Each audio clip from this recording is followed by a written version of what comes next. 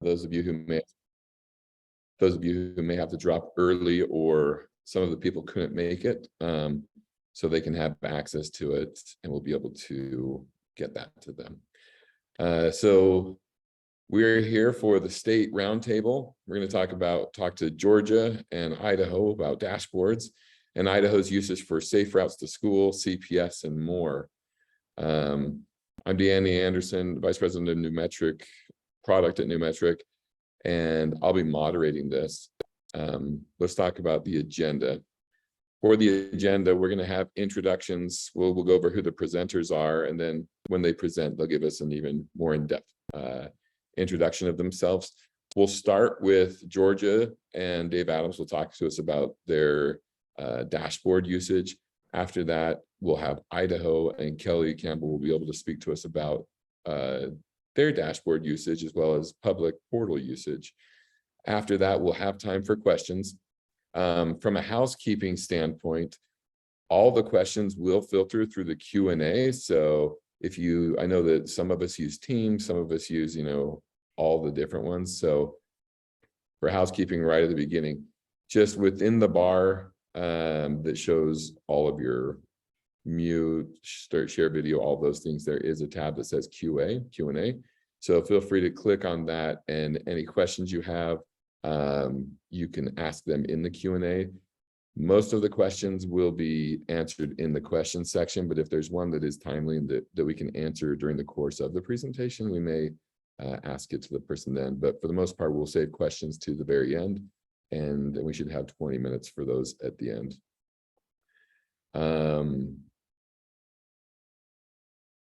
I think that's it. I will say this is we're getting back into the habit of AASHTOWare Safety doing webinars, and we're looking to do these quarterly. So the next one should be in late January, early February for our next webinar. And we'll start getting messaging out about that shortly. But with that, I think we're good to just kind of let you know the presenters. We have Dave Adams. He is the State Highway Safety Manager at GDOT, and he'll give us an introduction. And then we have Kelly Campbell, who is the Research Analyst Principal at Idaho. We were supposed to have Bill Katowski, who is a grants officer at Idaho, but he picked up a temporary job this week as a juror. And so he is not able to be with us, as he is listening to closing remarks today and hopefully making the right decision later today. But I do point out that Bill was supposed to be with us, because in talking to Bill this morning, actually, he said, if there's any grants people out there who want to reach out to him, he is great to have a phone call or set up some time to speak to you about what he's doing. And he felt bad that he couldn't be on here. So if you want to get us your information, or we can get you Bill's information to reach out to him. But with that, we'll turn it over to Dave Adams. And Dave, time's all yours. Okay, great. Hey, good afternoon, everybody. As Danny said, I'm David Adams. I'm with Georgia DOT. I've been working with the team here at Numetrics. We're in our third year here, and it's been a great experience. But what I'd like to share with you today, if I can do this successfully, we'll give it a try. Let's see if Danny, if you can confirm that my screen is being shared. Yep, looks great. Okay, great. I'm going to try to share two dashboards that we've worked with Numetrics to develop in my tenure. And so one of these, this is our Georgia public facing dashboard. This is the first one I'll show you. And this is a very simple dashboard, but it's really to try to capture most of the information we most frequently get asked questions for, like maybe a mayor or a city councilman or a county engineer wants to know how many crashes, just some statistical type data. So we frequently get asked statistical data. And so we sort of set that up to try to answer that question. And we've got the, I'm going to clear out some of these filters. And just real simple. When you open up the dashboard initially, it starts out with 5 years of data as the backdrop of the information being provided.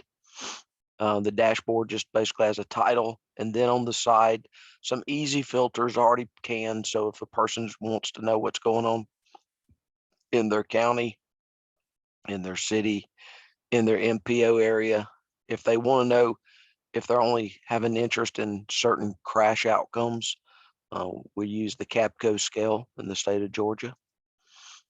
And then, of course, if someone is in particular has an interest in the SHSP emphasis areas, they can select those. And then also, if they're only interested in certain ownership of the roadway, like they might only want to know county roads or city streets.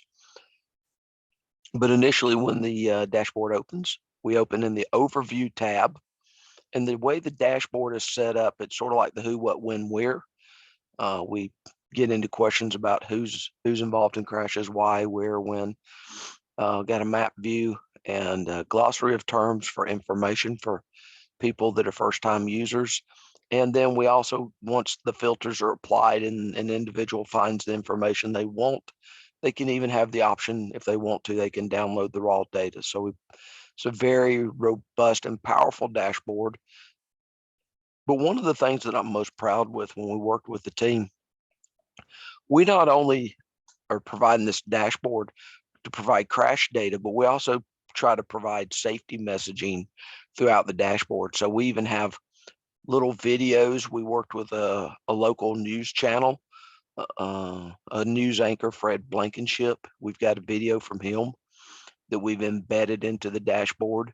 We've got our general information. And then in the overview, just in case anybody has any questions, they can send a question straight to our inbox so we can get those questions there and try to get our customers' questions answered. So the dashboard is very clean and easy to operate. And I'll give you just a real quick just example, like you come in here and we can just simply say maybe Barrow County, and the data automatically just adjust for those ranges. And as a user goes through there, let's say hypothetically, this person is a resident of Barrow County and they want to know what's going on in Barrow County, they can just come in here and start clicking on information about Barrow County. Again, on all the tabs, there's advertisements. We have a See and Be Seen pedestrian program. They can get information there.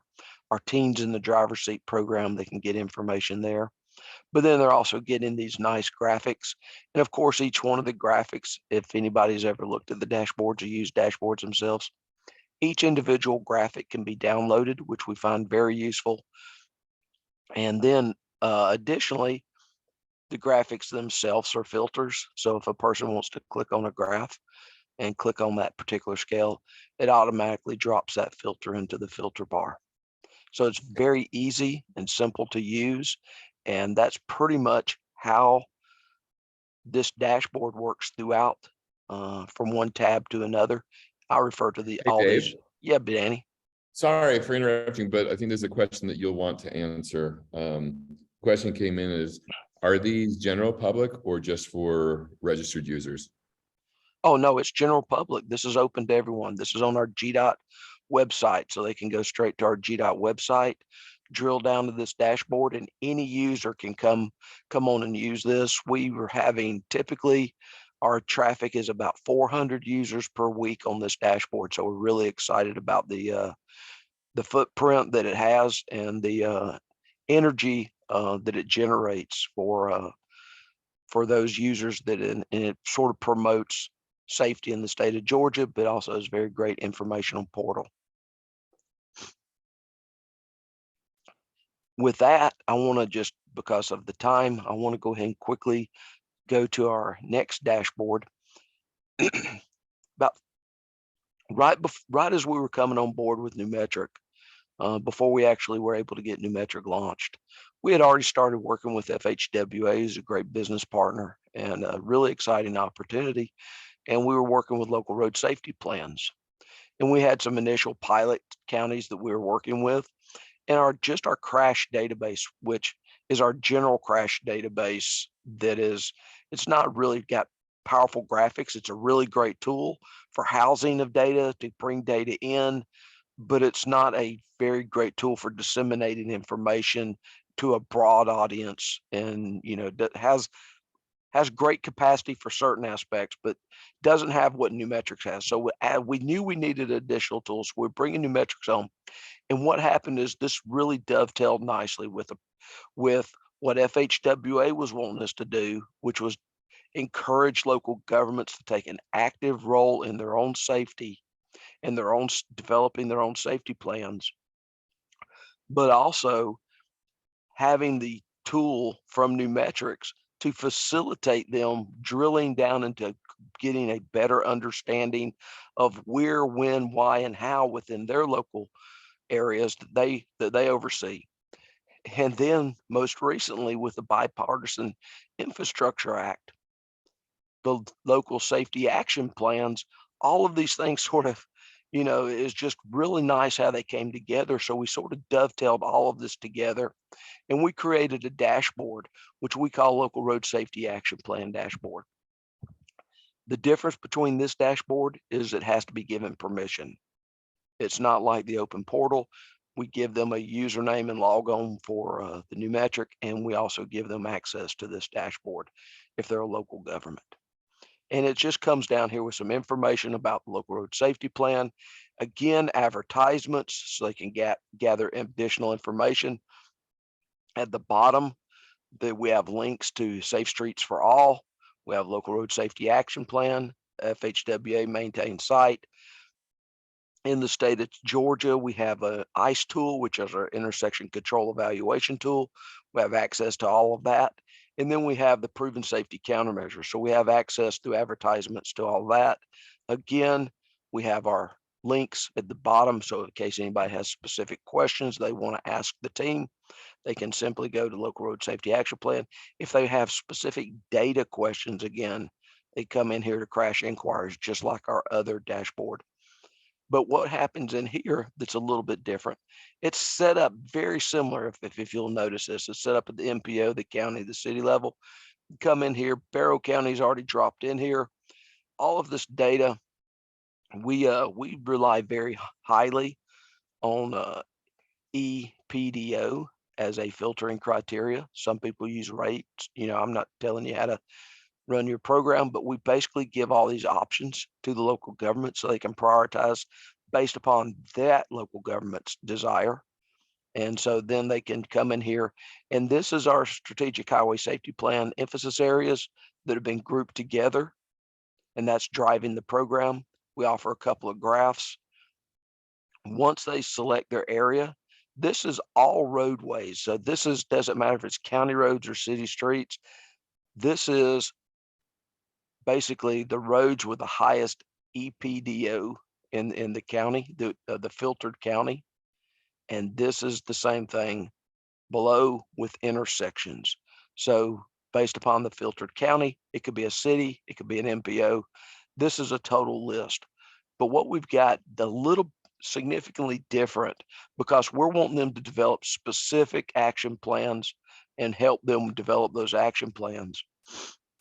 We've got this set up by the SHSP emphasis areas. So each one of our SHSP emphasis areas is highlighted with its individual tab. So we can just go to intersections, and then we start providing graphics in those intersections. And hopefully it fires up there in a second. There we go. And so here's a list of intersections sorted by EDPO. Of course, with the same thing, this can be downloaded, as we can see. It can be downloaded as a table, so a user can look at that as a table. You also have the graphics if they want to download this and put this in their document as they put together their local road safety action plan. All of these items, and the difference here is instead of grouping all the intersections together like on the first tab, these are broken out by state route, then by county roads. Oops, that's state route, manner of collision, and then by county road manner of collision. So we know what type of crashes are happening at these intersections. We have our intersections ID'd. So that's an intersection ID. And then of course we have the city streets as well identified in this list. And this is just example of intersections.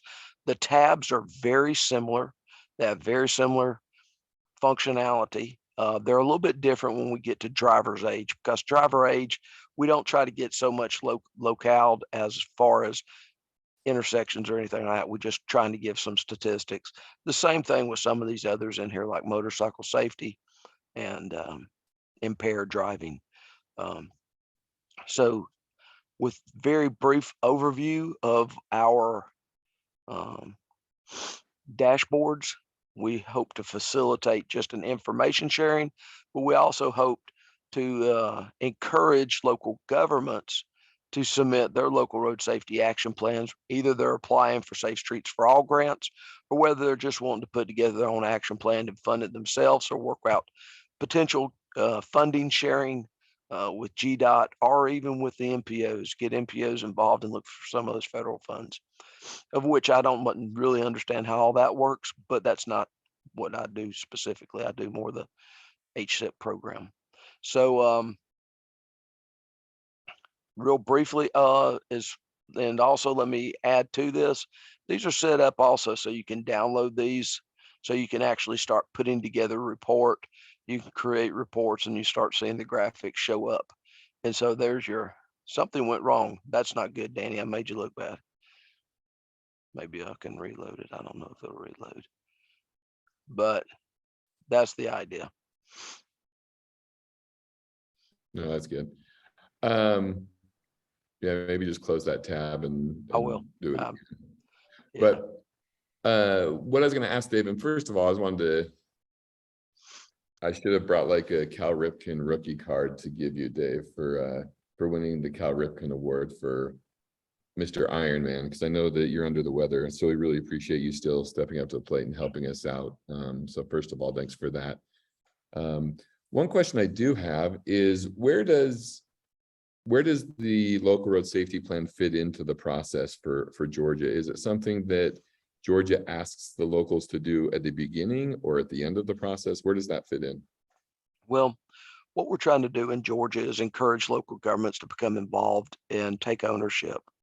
So if we exclude the interstate system, about 40% of our fatality crashes occur on the off system, what we refer to as off system, which is the local road system.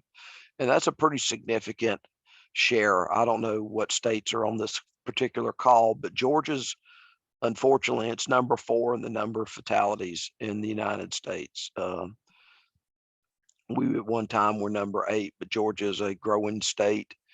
And so recognizing that Georgia DOT needs partners in, and if we're going to realize a Vision Zero initiative, if we're going to have any shot at it. So in doing that, what we're trying to do is put together the tools to make their job as easy as possible for identifying where those greatest needs are within their regions of control, or within their areas of control, whether they be county maintained intersections or whether they be county roadways. That way they can focus their limited assets, but also to give them a tool that if they wanted to go those few extra steps, to go ahead and take those extra steps to get them a Safe Streets for All, or at least apply for a Safe Streets for All grant, that the majority of everything that they're going to need for that grant is already put together, other than just conducting their outreach campaigns and basically, making a memorandum and signing and acting on a memorandum to say that they're going to be a Vision Zero county or city or whatever. That's where it sort of fits in, and that's independent of GDOT. They can do that without actually working directly with GDOT to do those things. It's just the only real interaction they have with us is they ask us, can they have access to the workbook? And we absolutely say the dashboard, and we absolutely say yes to that. Awesome. Thanks, Dave. We'll let you go on mute, but we're telling you to stay here because I know you're going to have some questions, or people are going to have some questions for you at the end. But thank you for helping us get started and going through your use cases. All right. Thanks, bud. All right, we're going to bring Kelly Campbell on from Idaho. So Kelly, if you'll give us an introduction and then take over. Hi, This is Kelly Campbell. I work in the Office of Highway Safety at the Idaho Transportation Department. I'm a research analyst principal in the office there, and I work with the HSIP program as well as working with some of the traffic records grants for the NHTSA side of things. So I'm going to go ahead and share my screen. Hopefully you can see my Looks screen good. that has just the shift moving data, safety data forward. Yep, we can see it. Okay. And it doesn't seem to want to move forward. All right.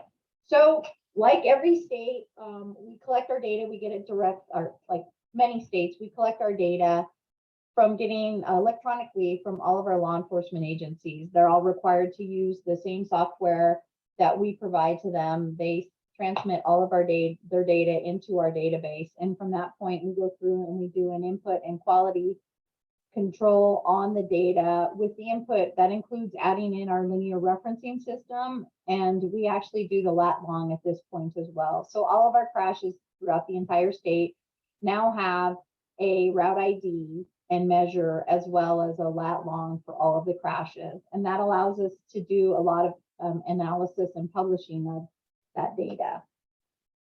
But we still had challenges. We still have challenges, but we've had a lot of challenges. Our first was timeliness.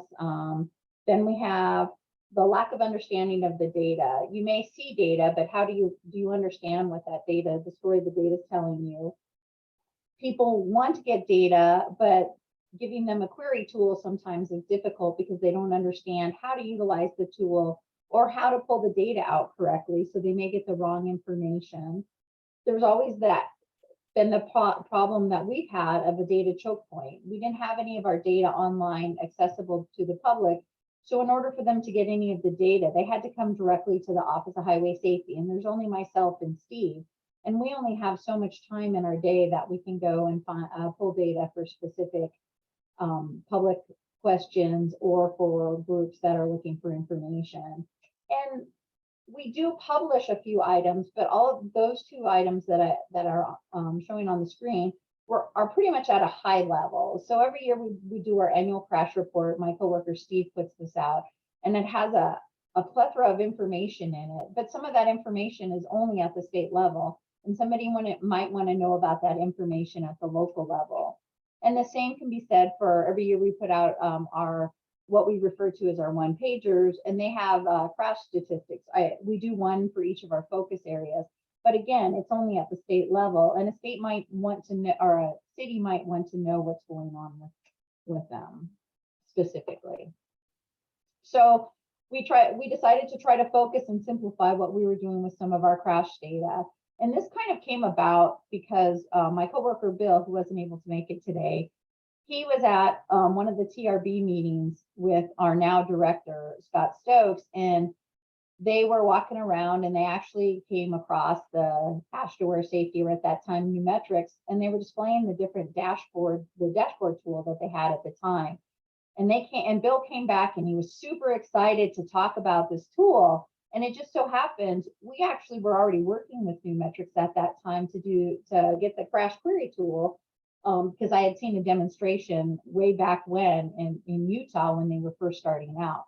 So with that excitement, we decided to look into these dashboards. And as we looked into the dashboards, we came up with more ways to use it than we realized when we initially just thought, oh, yay, we can display our data out to the public. And that included improved communication with our partner agencies by letting them know that data was available for them and interacting with them more. And then just the increased accessibility and ease of use for not only our law enforcement partners, but with the general public and some of our other partners. So we started developing dashboards. And here's just kind of a basic list of the dashboards we've developed. And with that, I kind of want to actually show a few of the dashboards and key in on a couple of them that we did. On that list, you could see there was all of our different focus areas, but we have a couple of other ones besides just focus areas. And anybody can get to our crash data by coming to our website and going into our safety component and just clicking on this map view or over this link right here to get to the dashboards. The first dashboard that always comes up is our crash summary dashboard. And Dave actually went through a lot of the different characteristics of the dashboards, and our dashboards are set up very similar. We have slightly different filter areas that we allow for. But again, we are doing the 5 years worth of data. We have a summary tab that has a lot of the basic information. Again, all of the graphs can be downloaded individually. And this is just the things that we chose, we felt were important to put on our dashboards. And I'm just going to scroll through slowly so you can see some of the information we've included. What's nice with these dashboards is you can actually go over to the tool over here and you can download data specifically for our districts. And these are our different districts within the transportation department.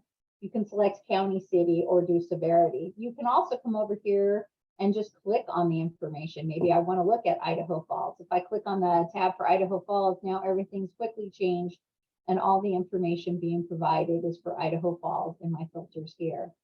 And we have a map view that also includes looking at it from the heat map. And as you drill down, then it will actually show the individual crashes, which is pretty cool to be able to just start drilling down. If you're looking at from your city and you see those heat maps, just going towards that dark point and drilling down even more till you get to the point where you're seeing your intersection or your areas that seem to be having issues.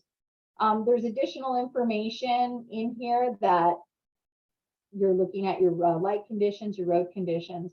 What's really cool about these dashboards is you can actually build them yourself, or they will build them for you and they will tweak them for you. I can't say enough about how easy it's been to work with the crew at Nemetrics whenever we want to make a change in our dashboards, or we have a new idea on how we want to see the data in our dashboards, how great it is to work with a group of people who are willing to make those changes. And I never feel like I'm a burden. And trust me, I've asked them to do a lot of different things and I never feel like I'm a burden.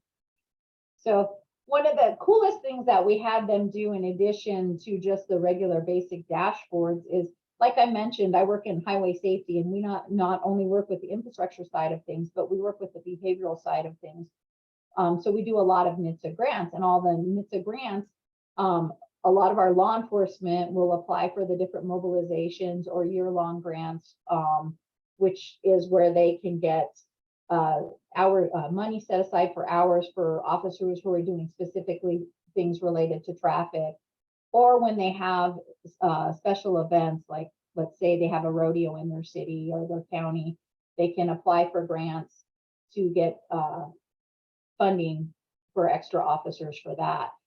And we always require them to provide us data regardless of what type of grant they're doing. And we had them, Numetric, create a problem identification tab for us. So now an agency can just go directly in and find the information based on the applied data filter. So right here, this is the information that is specific to Idaho Falls. So if they want to apply for a grant with us, they just need to come to this ID tab, and all this information is determined for us, or determined for them. So if they want to apply for an aggressive driving grant, they have all this information immediately available, and they don't have to go in and figure out what query they need, how they need to create the query, what information they need to be included. So that's been a great tool that we have. And as we were all brainstorming and looking at these dashboards and talking about the different focus areas, our person at the time who was involved with the child passenger safety grants thought, well, you know what would be really cool if we could have our seat check locations on a map, so somebody could come to the website and all they have to do is look on the map to figure out where they need to go in order to get their seatbelt check or their child seat check to make sure it's installed properly. So we have this great map here that shows where all the locations are. But what's even better, and I hope it works because I tried it earlier when Dave's went, oops, something went wrong, and mine went, oops, oh, nope, it's working. So now they have a listing of the information here, and they can see what the hours are, or if it's by appointment only, who that contact is, and what the phone number is. So it's more than just having to dig deep and find a spreadsheet that has this information. They can look on the map and then go to the different locations. So that's another tool that we came up with. And the third, one of the other dashboards that came out of this is we started talking about our Safe Routes to School program. And it was like, well, hey, why don't we do a dashboard that's specifically related to the Safe Routes to School? So we created a dashboard for that. And this looks very similar to the safety plans that Dave just showed you, and it's set up in the same, kind of in the same manner, where we have the introduction of what the purpose of Safe Routes to School is.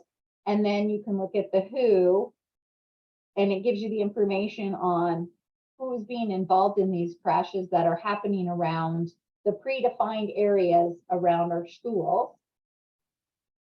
The when, again, when is this happening, the year, the times, with near school crashes by days of week, by the year, by month, year, and so on.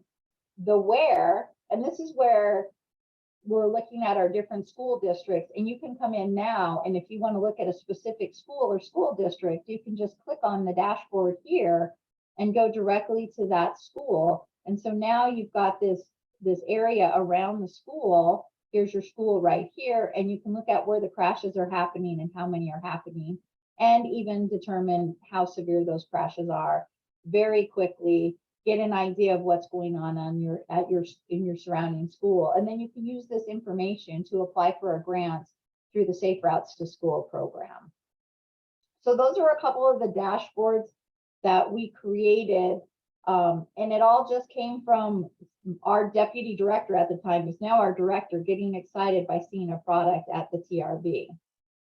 And the last thing I wanted to touch on, what we're using with our dashboard, is something that just came into play. We started about a year ago and we're working on it. And we're partnering with the Idaho STEM project. And we're developing a module for Idaho's 9th grade math teachers. And they're basing it on our Idaho traffic crash dashboards. And it'll help build awareness among the teenage drivers about the risks of unsafe driving, while at the same time getting them excited to work with data and have a real tangible reason for looking at that data and pulling that information out. And they're in the process right now. We had a meeting a couple of months ago on the overall, and I demoed the dashboards to them and showed them some of the things that they can do within the dashboards. And now they're in the process of creating lesson plans around the data that they're going to be able to pull from the dashboards. And when we had that meeting, it was incredible the energy that these teachers had about these dashboards and using real data to teach these kids different math terms and how to use data and get excited about it. So I can't wait to see what comes out of this program.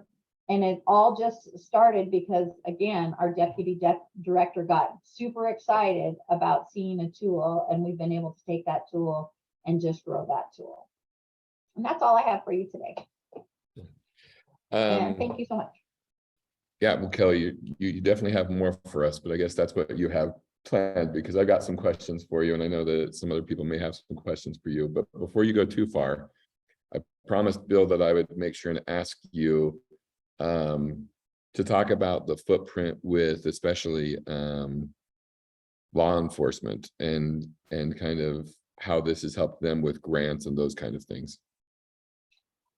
Well, I can say that in the past, sometimes some of our smaller agencies were a little hesitant to apply for the grants because it required them getting a login to our WebCars tool and then learning how to use the query table, or they would have to get a hold of either Steve or myself and get the data from us, which wasn't necessarily always as timely as they would like because, well, we had other things going on.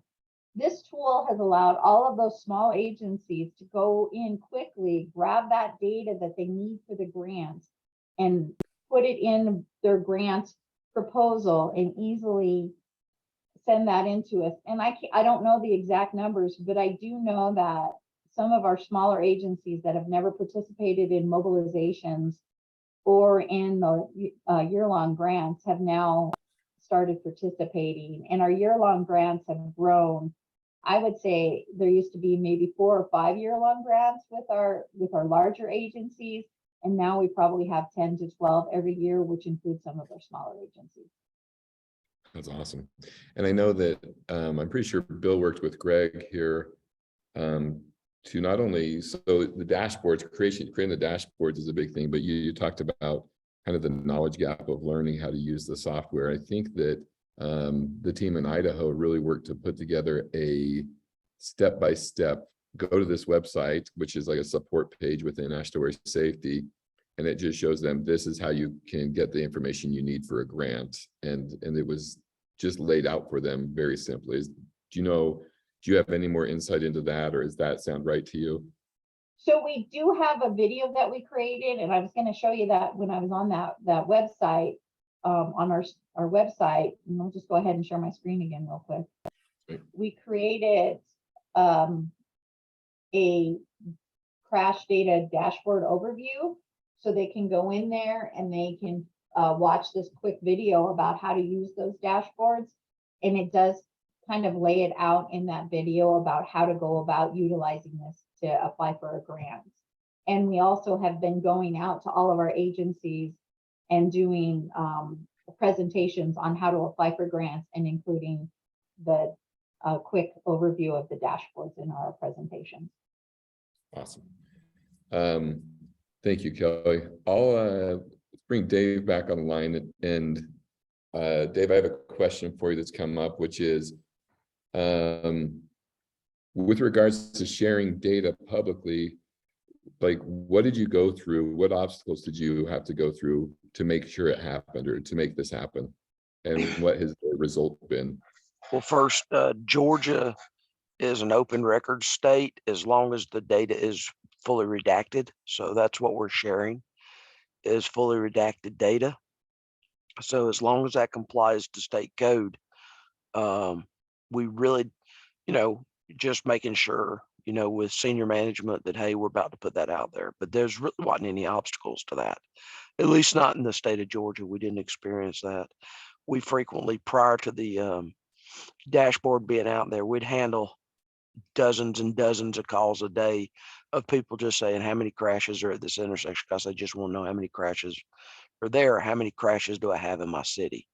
How many pedestrian crashes do I have in my county? So we're constantly answering those general questions, which by state code and we were required to answer. So we've basically made it more of a self-service situation, as opposed to having to have that those resources expend their time and energies handling questions that could be answered just by providing that data. Awesome. Similar question. I know that the idea of data-driven safety analysis has been a growing concept for the last 5, maybe 10 years. As you've brought these dashboards online, or these kinds of tools, what have you found out about the safety community, or the people who are looking for safety data? Is it what you thought it would be, or is it different than you thought it would be? If that's directed toward me, I'm actually surprised at how many professionals we have, whether they're safety advocates, engineers, etc., that really want to know and really want to dig into this data because they have a genuine interest. I think it's been quite pleasing to know that the community is as large as it is and as engaged as it is. So it's been a very positive experience, and I think that the application and the dashboards have really facilitated the use and dissemination of that information. Awesome. Kelly, question for you.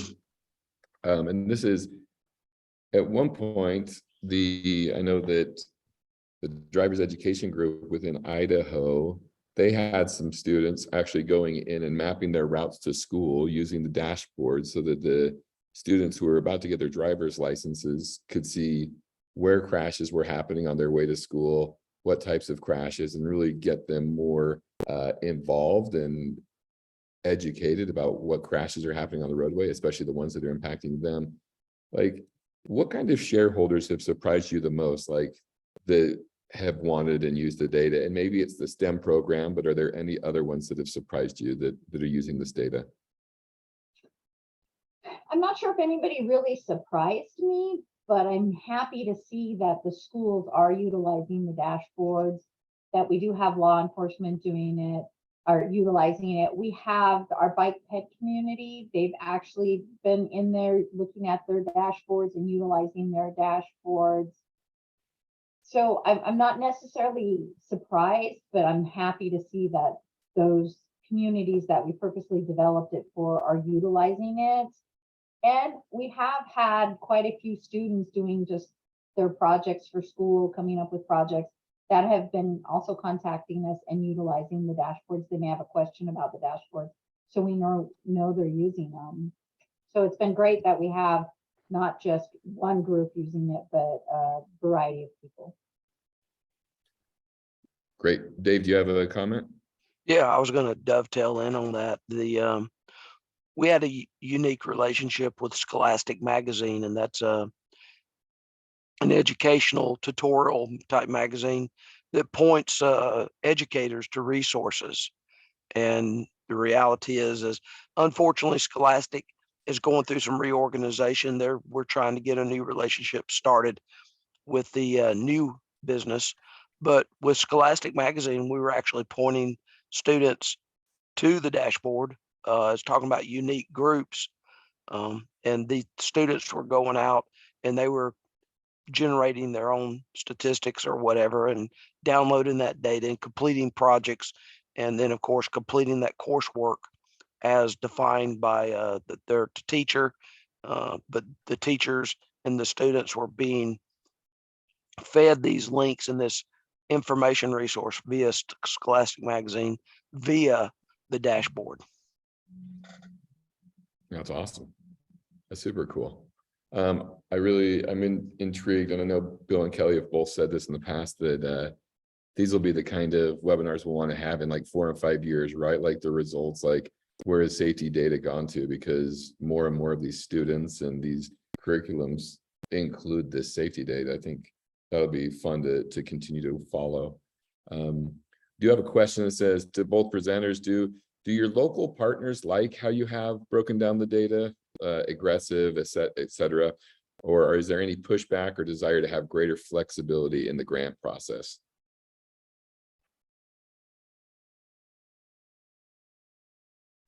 I guess I'll go ahead and respond first on that. I don't know if I would say if they like how we've broken it down. We've had them look at it and then come up with ideas on, hey, can you add, can we break it down in a different manner, which is how we ended up with our wild animal crashes dashboard, which is just wild animal crashes. They know that, all of our partners know that they can ask us to create a new dashboard if there's something specific they're looking at, and we have had some good response for that. And as far as the flexibility on the grant, I'm not exactly sure what you're meaning by that.